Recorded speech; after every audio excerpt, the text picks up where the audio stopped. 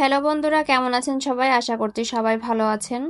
আজ আপনাদের সামনে নিয়ে এসেছি সদ্য মুক্তিপ্রাপ্ত Shudder exclusive horror movie 8 to 5 forest road. আমাদের ভিডিওটা যদি ভালো লেগে থাকে তাহলে অবশ্যই আমাদের চ্যানেলটা সাবস্ক্রাইব করবেন এবং পাশে থাকা বেল আইকনটাও অন করে দেবেন। চলুন তাহলে কথা না বাড়িয়ে আমরা মূল ভিডিওতে চলে যাই।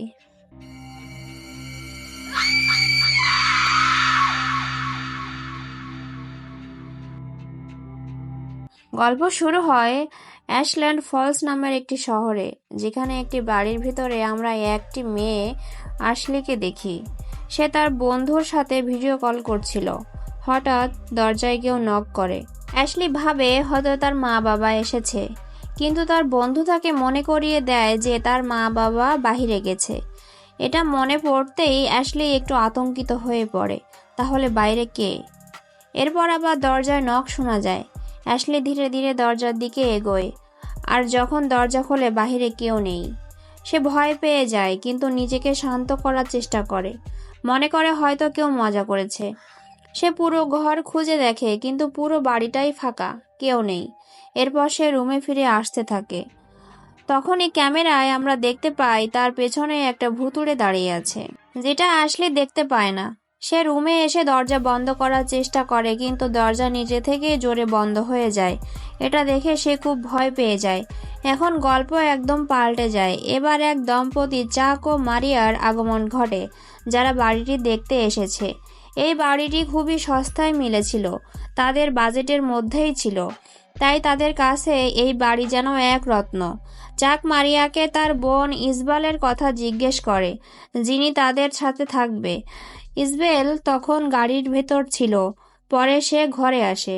ইসবেল ছবি আঁকতে খুবই পছন্দ করে, তাই চাকে বলে এই ঘরটা তার জন্য পারফেক্ট হবে, কারণ এখানে অনেক জায়গা আছে।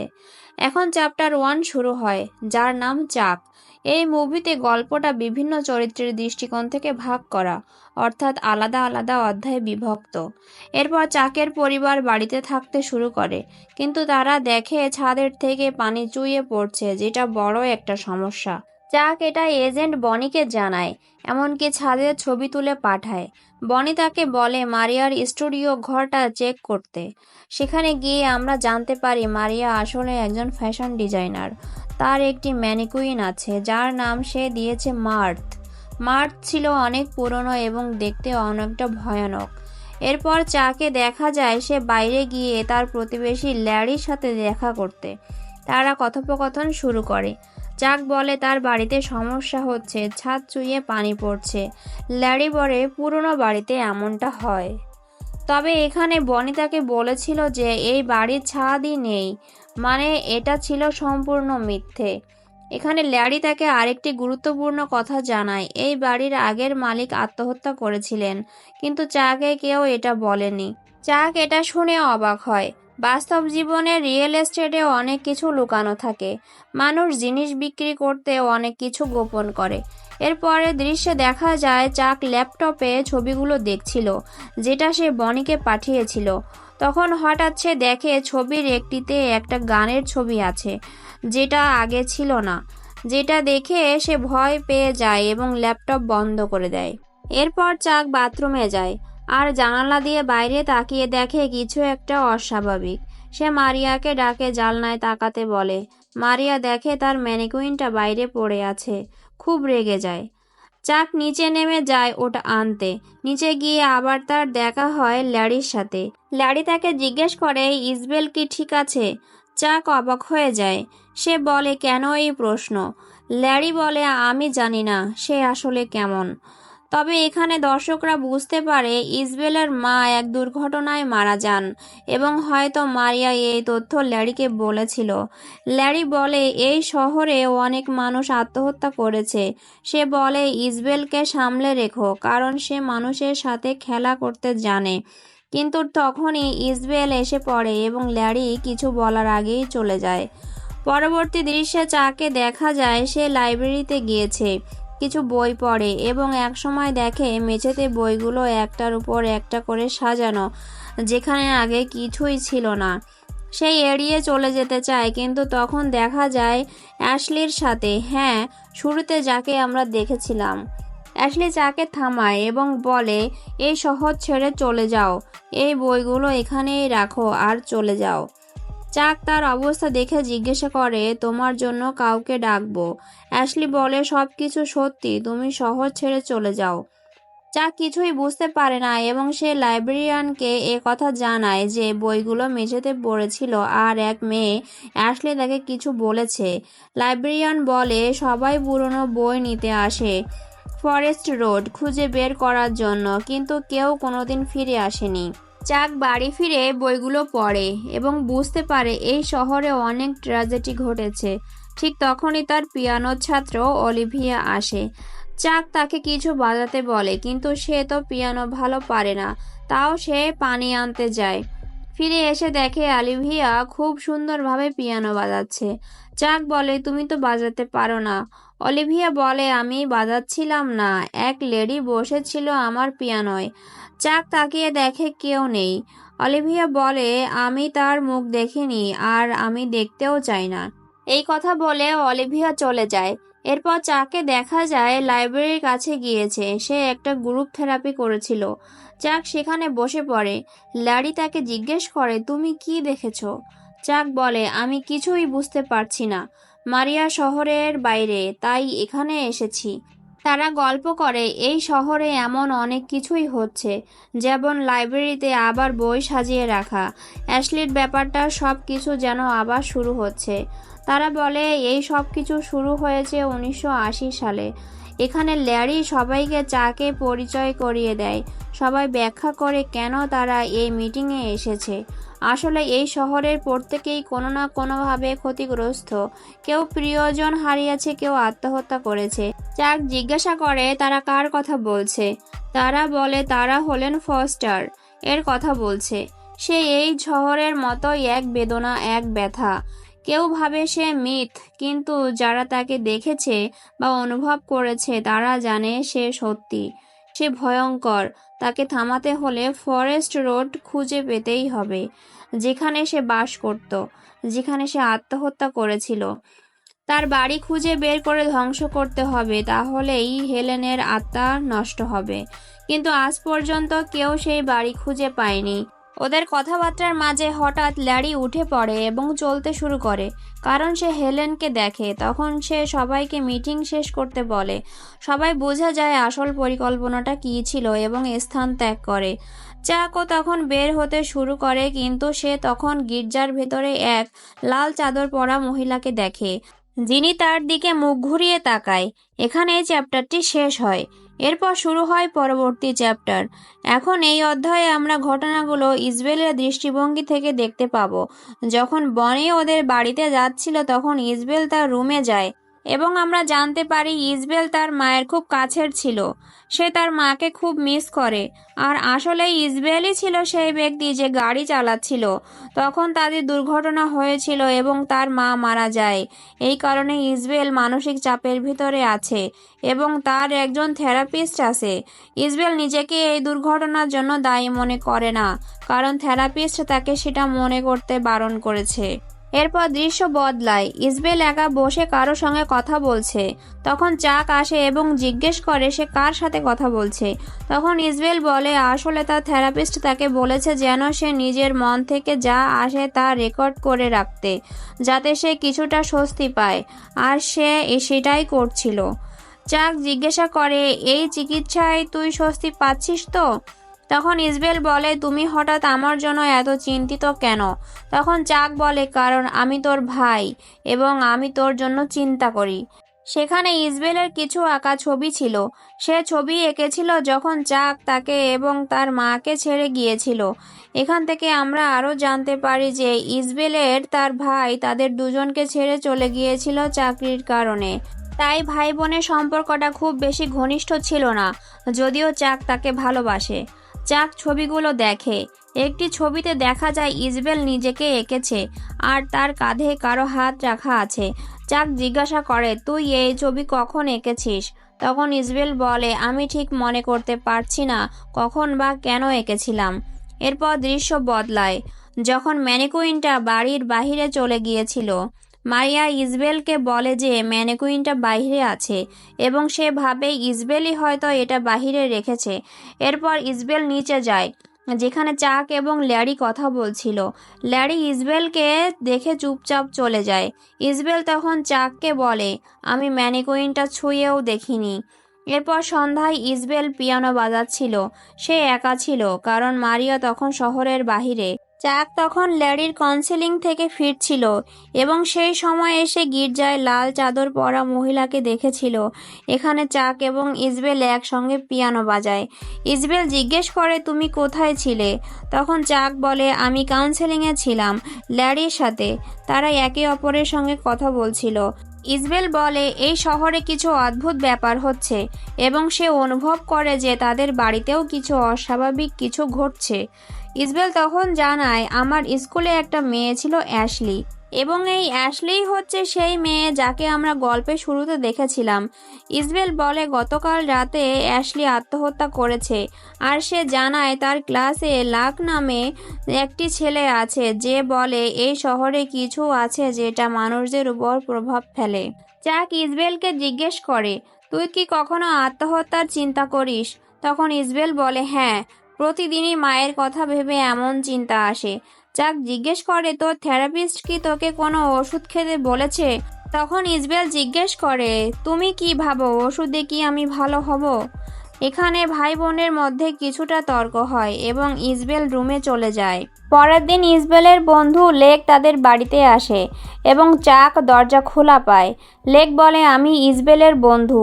তারপর চাক তাকে ইসবেলের ঘরে পাঠিয়ে দেয়। ওরা ঘরে গিয়ে কথা বলতে থাকে এবং ইসবেল জানায় গতকাল চাক মিটিংয়ে গিয়েছিল যেখানে সবাই শহর নিয়ে আলোচনা করছিল। লেক বলে, এই শহরের ব্যাপারে সবাই কথা বলে কিন্তু কেউ প্রকাশ্যে কিছু বলে না। সে জানায় লাইব্রেরিতে অনেক আগেই এক ছেলে আত্মহত্যা করেছিল। সে উপরে দড়ি বাঁধতে গিয়ে নিচে বই একটার উপর একটা সোজা দেখেছিল। সাজিয়ে রাখা ছিল ওখানে সবগুলো বই। চাকও এই একইভাবে বই পড়ে থাকতে দেখেছিল। আসলে যখনই কেউ লাইব্রেরিতে যায় ওই বইগুলো সাজানো অবস্থায় পড়ে থাকতে দেখে। ওরা এসব নিয়ে কথা বলছিল যখন মারিয়া ঘরে আসে। সে জিজ্ঞেস করে, তোমরা কেউ আমার স্টুডিওতে গিয়েছিলে? ইসবেল বলে, না। তখন মারিয়ার মুখ দেখে মনে হচ্ছিল সে যেন কিছু অদ্ভুত জিনিসের মধ্যে আছে। ইসবেল এরপর জিজ্ঞেস করে, এই শহরের পেছনে সব ঘটনার জন্য দায়ী কে?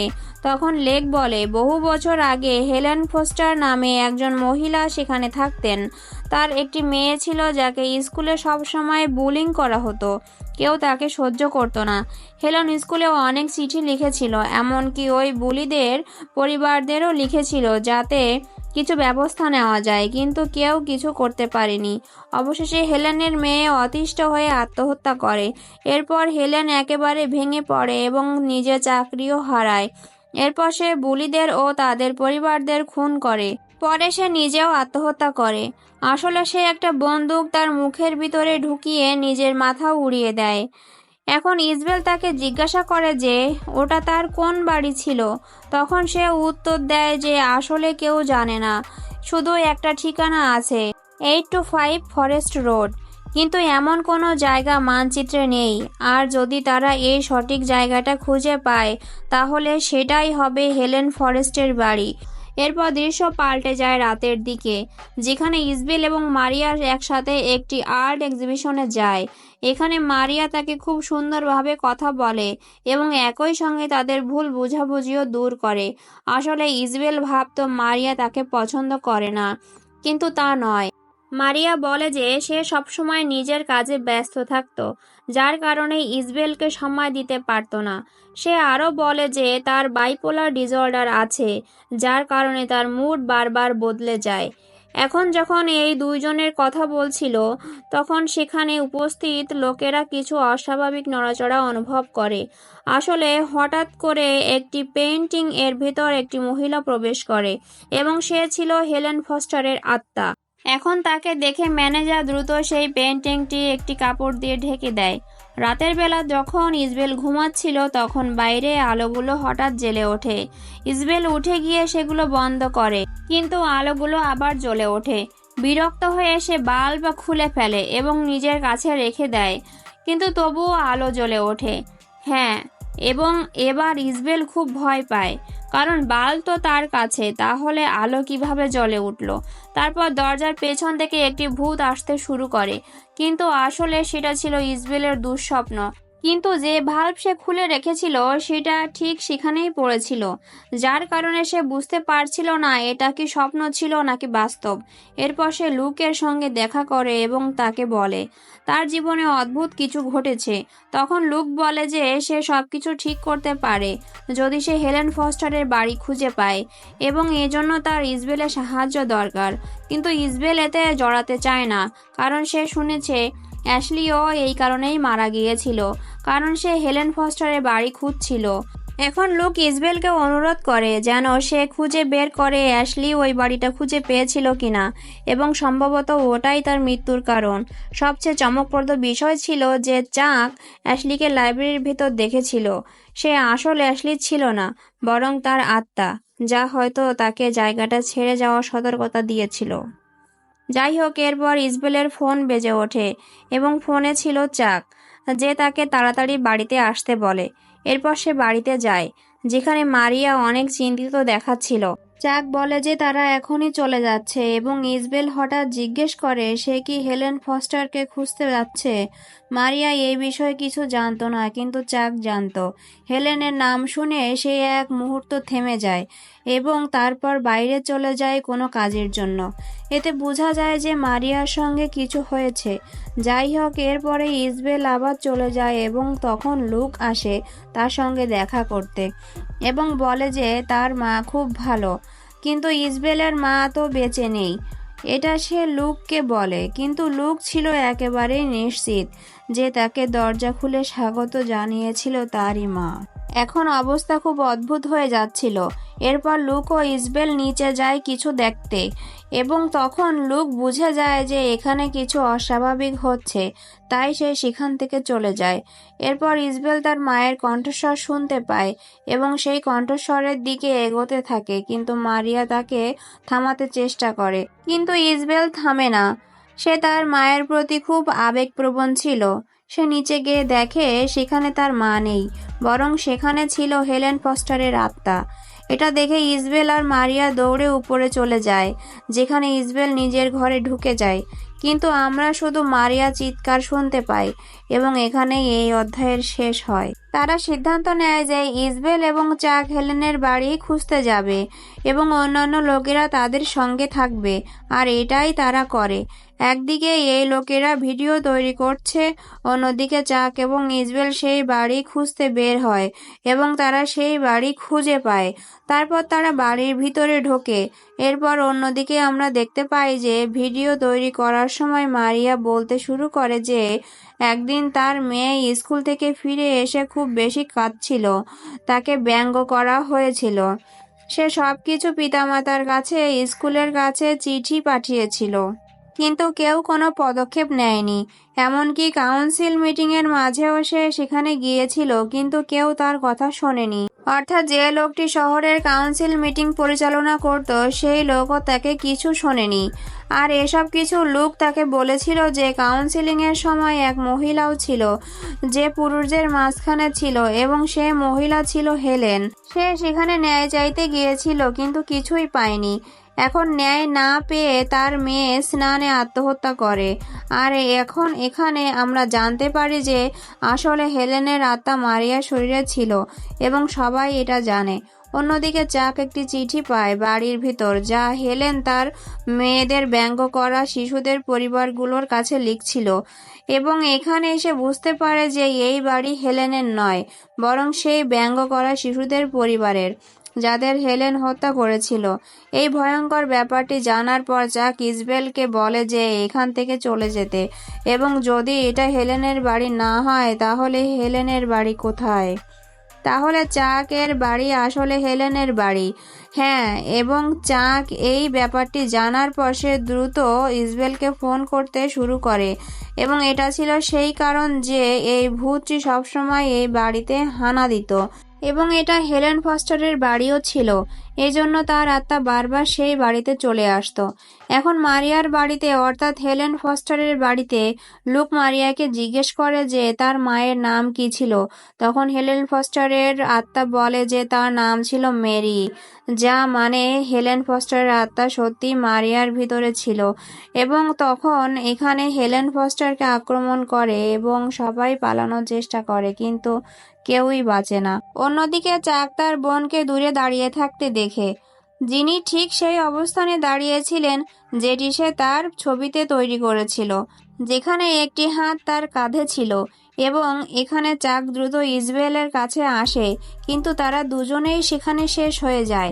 অর্থাৎ তিনি এক ধরনের ভবিষ্যতের দৃশ্য তৈরি করেছিলেন যেখানে তারা দুজনেরই এরকম শেষ হতে চলেছিল এবং তারপর একটা শব্দ হয় এবং সেখানেই সিনেমার শেষ হয়। তো বন্ধুরা, 8 to 5 ফরেস্ট রোডের এই গল্পটা আপনাদের কাছে কেমন লেগেছে তা অবশ্যই জানাবেন।